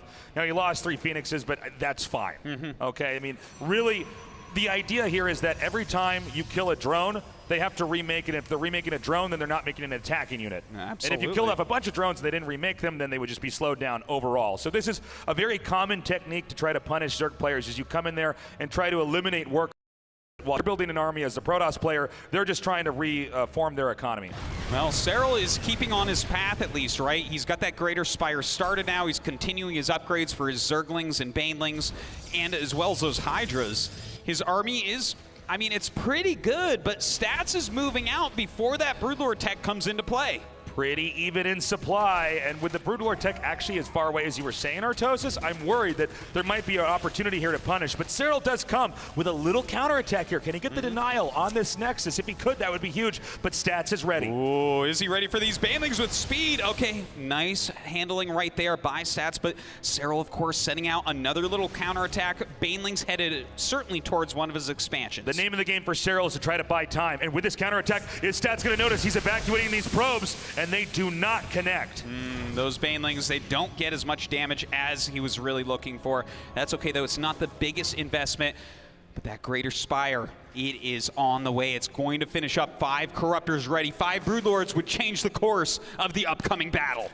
That's absolutely right. We see those Broodlords coming up here. Now, one way to play against the Broodlords, you can do it a little bit like you would against Swarmhost. Sometimes you just avoid actually engaging them and then try to attack them elsewhere. Broodlords are not fast units. In fact, they're frankly quite slow. So that's one way that you can try to exploit a player who is going for that kind of tech. Well, just look at this. Serral is keeping Stats so busy with these Lings, with these Banes. Serral doesn't really care how much damage they do as long as it slows down the attack and buys time for these Broodlords, and that is exactly what it's done. Broodlords are out right now, and Stats does not have a strong counter to them. Okay, with these Broodlords out, I'm not sure how Stats can really address this. We do see a fleet beacon being made, but of course, getting into that tech, that's going to be a little while, Artosis. Yeah, he might have to go into Tempest or something like that, which is not the way that a Protoss wants to play. You want to get into mass carriers, but, you know, you have to do what you can do to make sure the Broodlords do not punish you for your lack of tech. Oh, and we might have a big counterattack here. We see an Enforce coming down here over in the center right. These Hydras are doing a lot of damage. These Archons are not going to be enough. Meanwhile, Stats is going to try to push into the heart of Serral's base. Oh, Serral with such good positioning on those Broodlords. The Archons cannot reach them when they're over that terrain. In the meantime, the Lingbane Hydra moving in, eradicating these Zealots, going after these Archons as well. The recall goes back to try to defend, and Serral immediately evacuates. Serral doing a brilliant job of controlling where Stats is on the map. Oh, is it time for Serral to push yet, or is he going to fall back defensively with these Broodlords? That's the question to answer right now. It looks like the Broodlords are going back for the time being, and that will give Stats time to get out his Tempests. One thing to note, though, is the way that Serral's played this, he doesn't have a lot of expansions. You basically halt developing on the map to try to get this tech out here, and Stats is really sitting on a pretty good economy. Yeah, he definitely has a lot of bases right now. The Banelings didn't do that much damage to his economy. He's got a lot of High Templars. He's got harassment going out on the map, and now he has Tempest. Stats has gotten himself into a sweet position. Okay, the Warp Prism, is it going to be taken out? That's actually pretty big. Takes that out. The Warp Prism is basically used in this situation to try to draw attention, pull Serral's screen somewhere else, and then you'll have another attack hit elsewhere. I mean, you have to have such high APM in this game, but you really actually can't be everywhere at once. So we see a lot of top players exploit that. So losing that Warp Prism, this puts Stats in an awkward spot. Yeah, you know, he does want another one out there to harass at least, right? But at the moment, he's playing a very defensive game. He's making sure that this base is up and mining. He's getting another Nexus to go down. He needs to keep his economy at least close to what Serral has if he's to hold on in the long term. We're getting to the longest game that we've had so far. Stats is taking a 5th base at the bottom, but it looks like Serral is itching to try to come in here for some kind of counterattack. But so far, the movement here from Stats is looking pretty good. Yeah, he's moving right up. It looks like this Lingbane Hydra shouldn't get too much done. Yeah, some good storms going down. Stats holds tight. Can we get a shot of the bottom, actually? Is something hitting that Nexus? Okay, that's not enough. So he's going to keep that Nexus for a little bit longer. But I got to say, Stats, I like that he's pulled back. He's stayed off the map. He's just continuing to grow. When he realized that those Broodlords were there, and again, it takes a long time to move Broodlords across the map. He just went back and started gobbling up resources all over the map. Well, right now, he's really just working on his air composition. Lots of Corruptors, lots of Broodlords. This is a scary combo, but if Stats continues to add in his big capital ships, you know, Tempest, maybe Carriers, he has Archons underneath to defend them from the Corruptors, as well as Psystorms, he can battle toe-to-toe against this. Okay, Stats is beginning to move out. And you got to be careful because these Tempest, when they hit you, dude, there's not a lot of ways to respond or punish it, right? He'll be one-shotting these Broodlords momentarily. Yes. And now we're seeing such a high amount of Archons coming forward here. Oh my God. That is a lot of Archons right now. 11 on the field with 4 Tempest upgrades going everywhere. There are a couple Vipers that have joined, so those definitely can change things if he doesn't get the feedbacks off right away. Okay, another tag there with that Oracle. Now he's actually hit the Broodlords. This is going to be very annoying for Serral. As you can see, the Tempest can then fire into this location, and there's no real way for Serral to retaliate unless he tries to dive on top of this army. Oh, and it looked like for a moment that he might. The Queen's coming forward, getting feedbacked, but Stats being very careful here. If either side loses their army, that is going to be terrible. They'll lose additional bases while they try to reinforce, and it's going to be very hard at that point to win the game. So we're getting into super late game, and you can see actually with Serral, he's banked up a lot of minerals and a lot of gas, and the same is true for Stats, although Serral is slightly ahead. But when we have a huge engage and the armies finally collide, we want to see what they remake and how much they can actually remax out on. Well, right now some Baneling harassment continuing. Gets a decent amount of probes there. Ooh, the Hydra Bane. Actually going towards that base and forcing a recall. That's actually kind of nice. You know, the recall has a long cooldown, so to force that, you now know the capabilities of Protoss on the next time they can do it. Okay, another attack over here. It looks like he's trying to find an opening, and he's going to be able to take out this Nexus. We don't see much to respond here with, but he immediately cancels. He decides to back off. I think realizing, wait a minute, there's nothing over here. I'm actually surprised Serral's being very cautious in this game, Artosis. Well, he really wants to finish this. He's great at late game Zerg, and this is a very scary Protoss army. Now, Stats getting over on creep. That can be dangerous. He's pushing forward, clearing out some of this creep, and Serral is actually abandoning the area. Okay, Stats is pushing forward here, and Serral is actually pulling away. He might sack this expansion.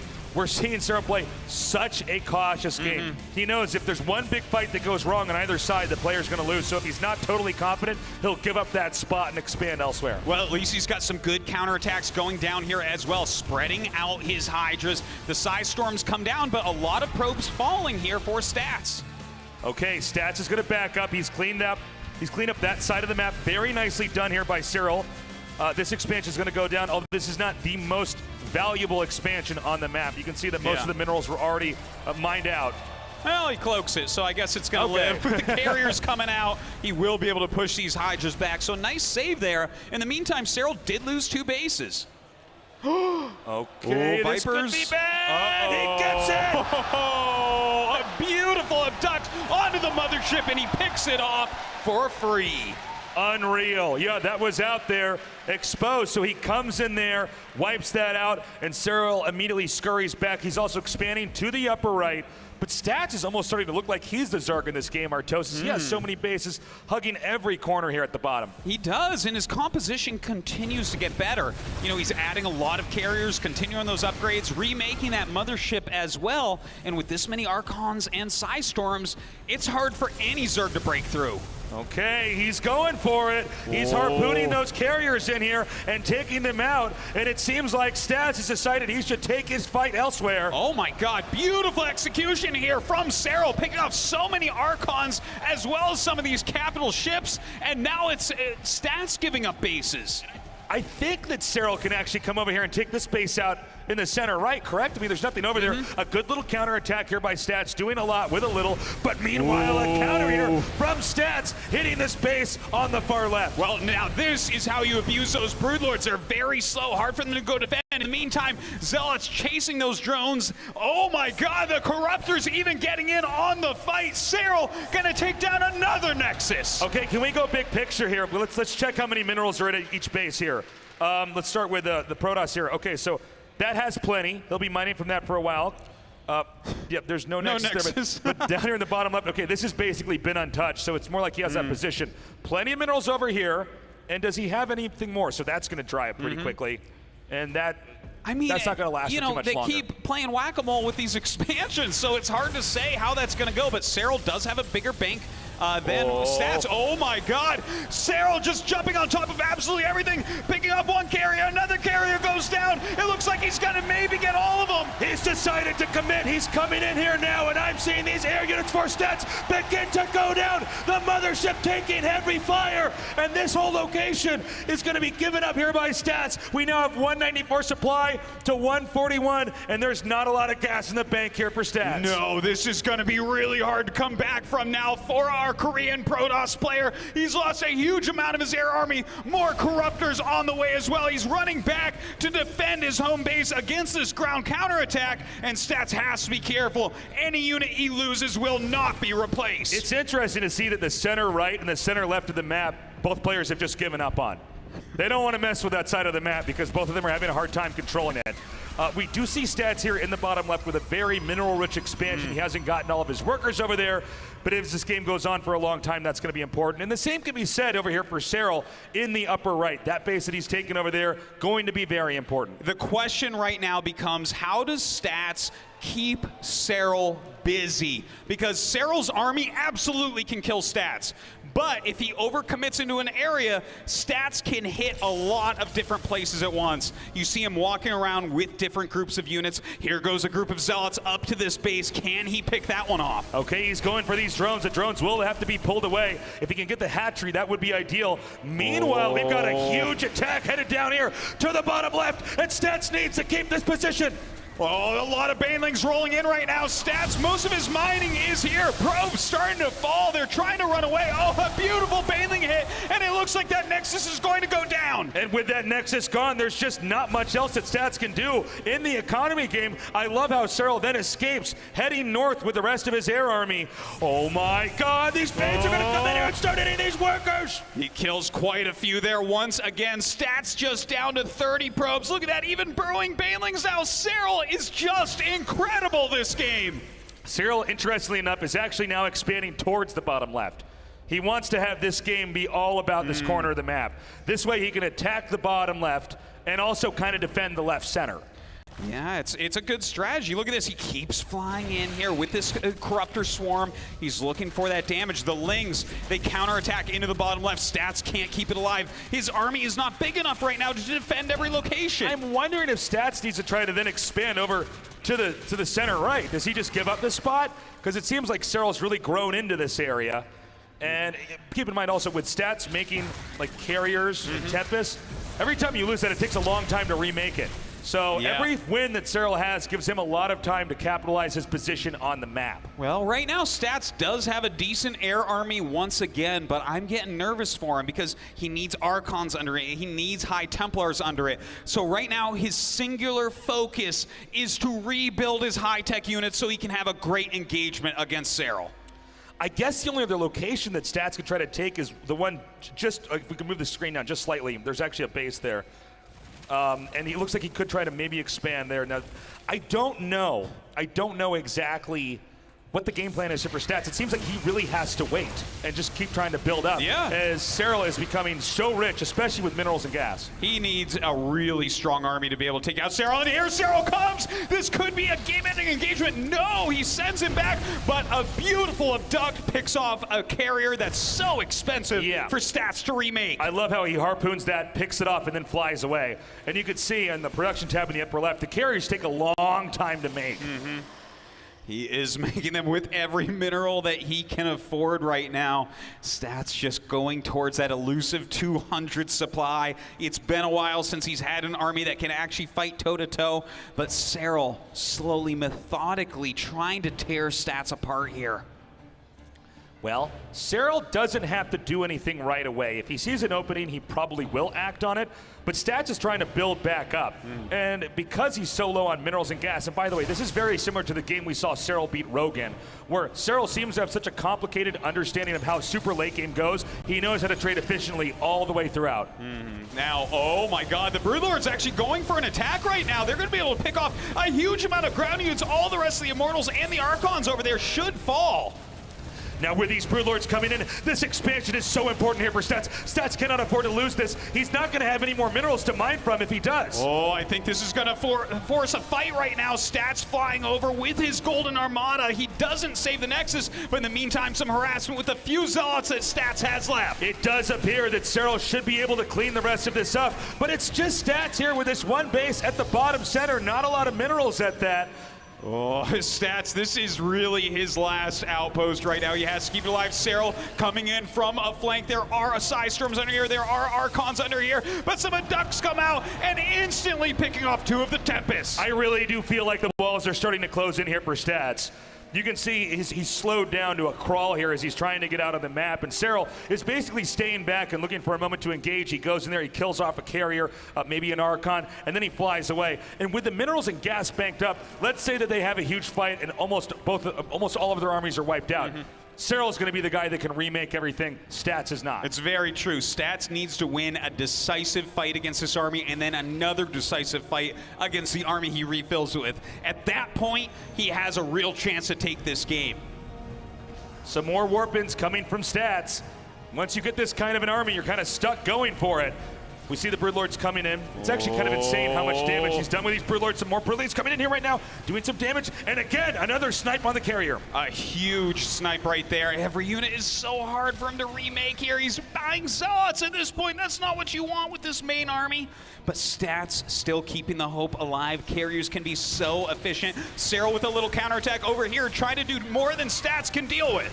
And actually, that's going to get in another nuisance there. It seems like Stats is debating, should he take a fight? Should he try to hit this center left location? Meanwhile, Serral's already expanding to the top right. Oh man, these Zerglings doing a lot over there as well, forcing him to warp in Zealots that again he cannot afford. But Stats is mining. He's trying to push back some of this creep and hopefully look for that good engagement. Okay, Stats is going to go in the middle of the map. He's looking for a fight. and I think he's going to get it. We see these Broodlords now being hit. Some good dodging on those Psionic Storms from Serral. Is Serral going to try to come in here and fight this? Really great micro here by Sets. Look at him rotate those High Templars around, getting those important Psi Storms down on the Corruptors. That's what he's really afraid of. But with these links coming in, he can take out the rest of these workers. Again, Stats is so low on economy, he needs to protect this expansion. Okay, it kills 10 of his workers, but in the meantime, he is counterattacking. Looks like he might be able to take out this base. Will Serral go for a big fight? He's actually, picks off that mothership. Beautiful snipe on the mothership. It's going to be a lot easier for Serral to engage when he decides it's that moment. These carriers have such damage output, you can really see, but look at that, every time an abduct goes off, he kills another carrier, 2 more fall. The Broodlord's starting to get picked off here as well, though. He comes in once more, he can basically one-shot these carriers, and I don't think there's any solution here for Stats. He's going to come in, Serral overwhelming the air fleet of Stats. And that is it, GG!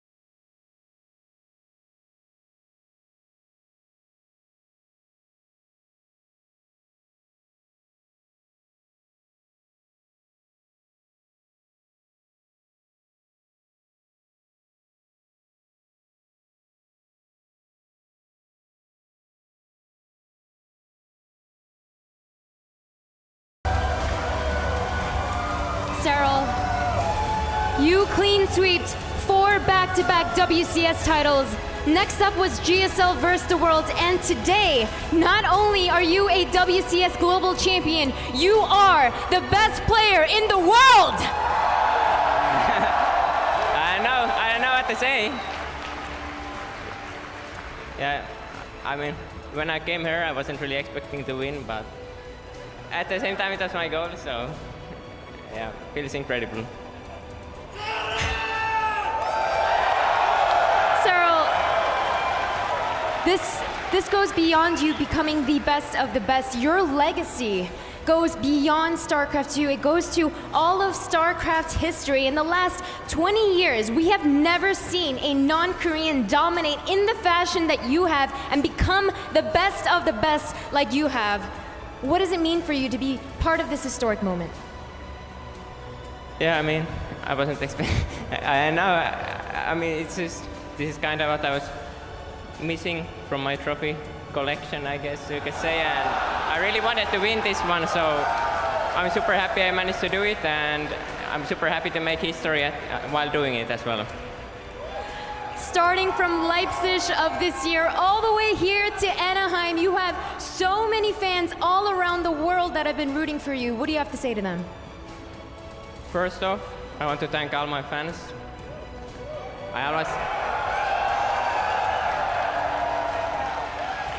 I think every one of you has helped me to make me achieve what I've achieved. So I really want to thank everyone. And also, I want to give a big thank you to Lambo. He helped me for each series, for preparations. And also my practice partners for Dark and Rogue, who were Elaser and Namster. So I want to thank all of those. And there you have it. Your 2018 WCS Global Champion is Serral!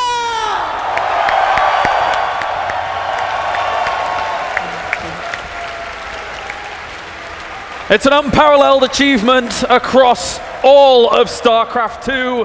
Nevertheless, esports, as Serral etches himself in history. Ladies and gentlemen, welcome back. And